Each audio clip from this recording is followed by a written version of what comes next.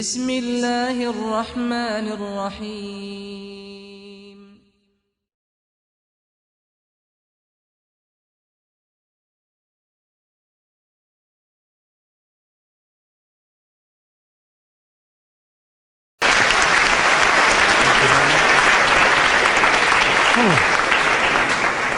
Thank you very much, Mr. President. Ladies and gentlemen, good evening. Assalamu alaikum. Lovely to see you all here tonight.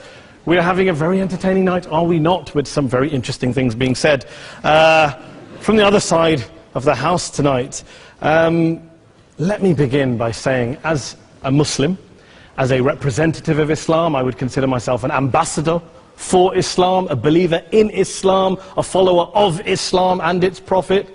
So, in that capacity, let me begin by apologizing to Anne-Marie for the Bali bombings. I apologize for the role of my religion and me and my people, for the killing of Theo van Gogh, for 7/7.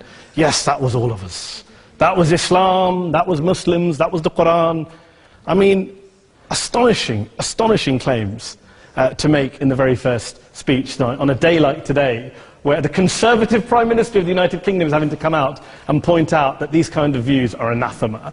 And I believe you're trying to stand for the Labour Party to become an MP in Brighton. If you do, and you make these comments, I'm guessing you'll have the whip withdrawn from you, but then again, UKIP's on the rise, they'll take you, the BNP, they might have something to say about your views. What Mehdi Hassan always does. By the way, just on a factual point, since we heard a lot about the second speaker, about how backward we Muslims all are, on a factual point, you said that Islam was born in Saudi Arabia. Islam was born in 610 AD. Saudi Arabia was born in 1932 AD. So you were only 1,322 years off. Not bad? Not bad start there. Talking of maths, by the way, a man named Al-Khawarizmi was one of the greatest mathematicians of all time, a Muslim, worked in the golden age of Islam. He's the guy who came up with not just algebra, but algorithms. Without algorithms, you wouldn't have laptops. Without laptops, Daniel Johnson tonight wouldn't have been able to print out his speech in which he came to berate us Muslims for holding back the advance and intellectual achievements of the West, which all happened without any contribution from anyone else other than the Judeo-Christian people of Europe. In fact, Daniel David Levering, the author of the Pulitzer Prize-winning historian and author of The Golden Crucible, points out that there would be no Renaissance, there would be no Reformation in Europe without the role played by Ibn Sina and Ibn Rushd and some of the great Muslim theologians, philosophers, scientists in bringing Greek texts to Europe. As for this being our university, I will leave that to the imagination as to who is our and who is there. I studied here too. An astonishing set of speeches so far making this case tonight. A mixture of just cherry-picked quotes, facts and figures, self-serving, selective, a farrago of distortions, misrepresentations, misinterpretations, misquotations. Daniel talked about my article in the New Statesman, which got me a lot of flack, where I talked about the anti-Semitism that is prevalent in some parts of the Muslim community, which indeed it is. Of course, I didn't say in that piece that it was caused by the religion of Islam. In fact, modern anti-Semitism in the Middle East was imported from, finish the sentence, Judeo-Christian Europe, where I believe some certain bad things happened to the Jewish people. In fact, Tom Friedman, Jewish-American columnist in the New York Times, told me in this very chamber last week that he believed, had Muslims been running Europe in the 1940s, 6 million extra Jews would still be alive today. So I'm not going to take lessons in anti-Semitism from someone who's here to defend the Judeo-Christian values of a continent that murdered 6 million Jews. Moving swiftly on. Yes. Absolutely. Well, I'm about to make that point. No, I'm about to make that point. You're right. I agree with you. I agree with you 110%. That is my point. I don't think Europe is evil or bad. I'm a very proud European. I don't want to judge Europe on the basis, but if we're going to play this gutter game where we pull out the Bali bombing and we pull out examples of anti-Semitism in the Islamic community, then of course I'm going to come back and say, well, hold on. I mean, look, let's be very clear. Daniel here was a last-minute replacement for Douglas Murray, who had to pull out. And Douglas and I have a well-documented differences, but to be fair to Douglas, as to be fair to Anne-Marie and to Peter, atheists. Atheists see all religions as evil, violent, threatening. What the problem I have with Daniel's speech is that Daniel comes here to run this robust defense of Christianity forgetting that his fellow Christians, people who said they were acting in the name of Jesus, gave us the Crusades, the Spanish Inquisition, the anti-Jewish pogroms, European colonialism in Africa and Asia, the Lord's Resistance Army in Uganda, not to mention countless arson and bomb attacks on abortion clinics in the United States of America to this very day. I would like a little bit of humility from Daniel first before he begins lecturing other communities and other faiths on violence, terror and intolerance. But, no thank you. Some water. But I would say this, to address the gentleman's very valid point here, I'm not going to play that game. I don't actually believe that Christianity is a religion of violence and hate because of what the LRA does in Uganda or what Crusaders did to Jews and Muslims in Jerusalem when they took back the city in the 12th or 13th or whatever century it was. I believe that Christianity, like Islam, like pretty much every mainstream religion, is based on love and compassion and faith. I do follow a religion in which 113 out of the 114 chapters of the Qur'an begins by introducing the God of Islam as a God of mercy and compassion. I would not have it any other way. I don't follow a religion which introduces my God to me as a God of war, as some kind of Greek God of wrath, as a God of hate and injustice. Not at all. As Adam pointed out, you go through the Quran and you see the mercy and the love and the justice. And yes, you have verses that refer to warfare and violence. Of course it does. This is not a motion about pacifism. I'm not here to argue that Islam is a pacifistic faith. It is not. Islam allows military action, violence in certain limited contexts. And yes, a minority of Muslims do take it out of that context. But is it religious? We talked about Woolwich. Daniel and Anne-Marie have suggested that it's definitely religion that's behind all of this. Well, actually, what I find so amusing tonight is we're having a debate about Islam. And the opposition tonight have come forward. We have a graduate in law, a graduate in modern history, a graduate in chemistry. And, you know, I admire all of their intellects and their abilities, but we don't have anyone who's actually an expert on Islam, a scholar of Islam, a historian of Islam, a speaker of Arabic, even a terrorism expert or a security expert or a pollster, let alone to talk about what Muslims believe or think. Instead, we have people coming here, putting forward these views, putting forward these sweeping opinions. Listen to Professor Robert Pape of the University of Chicago, one of America's leading terrorism experts, who, unlike our esteemed opposition tonight, studied every single case of suicide terrorism between 1980 and 2005, 315 cases in total. And he concluded, and I quote, "There is little connection between suicide terrorism and Islamic fundamentalism or any of the world's religions. Rather, what nearly all suicide terrorist attacks have in common is a specific secular and strategic goal to compel modern democracies to withdraw military forces from territory that the terrorists consider to be their homeland." And the irony is, when we talk about terrorism, the irony is that the opposition and the Muslim terrorists, the Al-Qaeda types, actually have one thing in common. Because they both believe that Islam is a warlike, violent religion. They both agree on that. They have everything in common. Osama bin Laden would be nodding along to everything he's heard tonight from the opposition side. He agrees with them.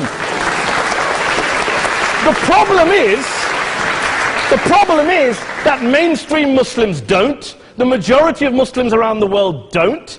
In fact, a gentleman here started quoting all sorts of polls. Gallup carried out the biggest poll of Muslims around the world, of 50,000 Muslims in 35 countries. 93% of Muslims rejected 9/11 and suicide attacks. And of the 7% who didn't, they all, when polled and focus grouped, cited political reasons for their support for violence, not religious reasons. And as for Islamic scholars and what they say, well, Daniel talks about our University of Oxford. We'll go down to Oxford's Centre for Islamic Studies, get hold of a man named Sheikh Afifi al-Akiti, who is a massively well-credentialed and well-respected Islamic scholar, who has studied across the world, who in the days after 7/7 published a fatwa denouncing terrorism in the name of Islam, calling for the protection of all non-combatants at all times, and describing suicide bombings as an innovation with no basis in Islamic law. Go and listen to Sheikh Tahir al-Qadri, one of Pakistan's most famous Islamic scholars, who published a 600-page fatwa condemning the killing of all innocents and all suicide bombings unconditionally without any ifs or buts.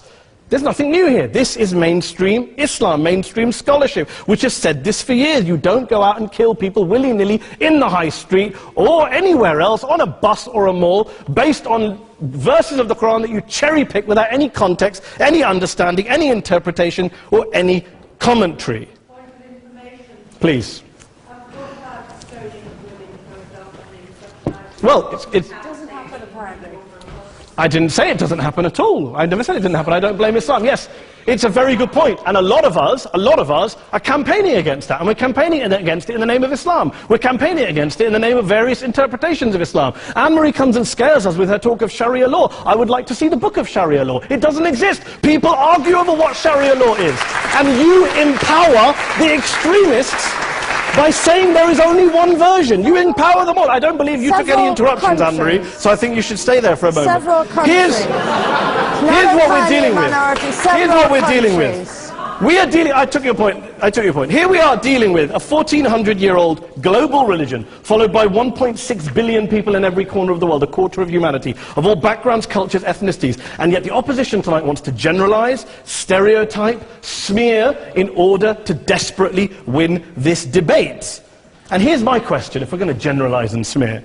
If, okay, people say yesterday's bombers, and we've got to be careful, there's a trial going on, were yesterday's attackers, motivated by Islam? Big debate. I don't believe they were. Let's say they were. Let's say Faisal Shahzad, the Times Square bomber, was motivated by Islam. Let's assume, for sake of argument, that Richard Reeves, the shoe bomber, was motivated by Islam.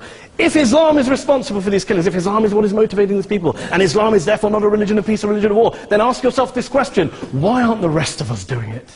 Why is it such a tiny minority of Muslims are interpreting their religion in the way that the opposition claim they are? Let's assume there are 16,000 suicide bombers in the world. There aren't. Let's assume there are for the sake of argument. That's 0.001% of the Muslim population globally. What about the other 99.99% of Muslims who the opposition tonight either ignore or smear? The reality is that the rest of us aren't blowing ourselves up tonight. The reality is that the opposition came here tonight not worried about the fact that me and Adam might pull open our jackets and blow ourselves up tonight because we're followers of a warlike warrior religion which wants to take over Europe and Daniel's university. The issue is this. The issue is this.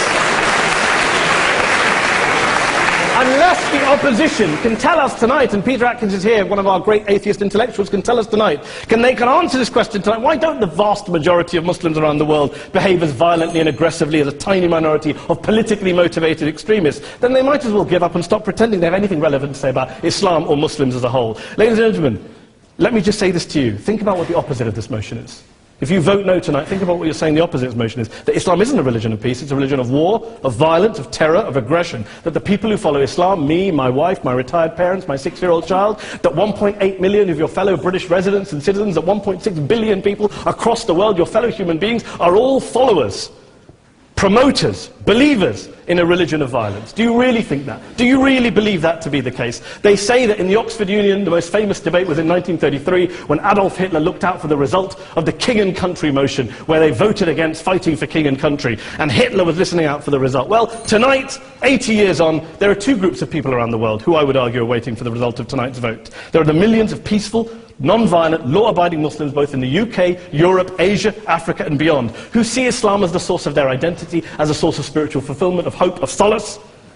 And there are the phobes, the haters, the bigots out there who want to push the clash of civilizations, who want to divide all of us into them and us and ours and their.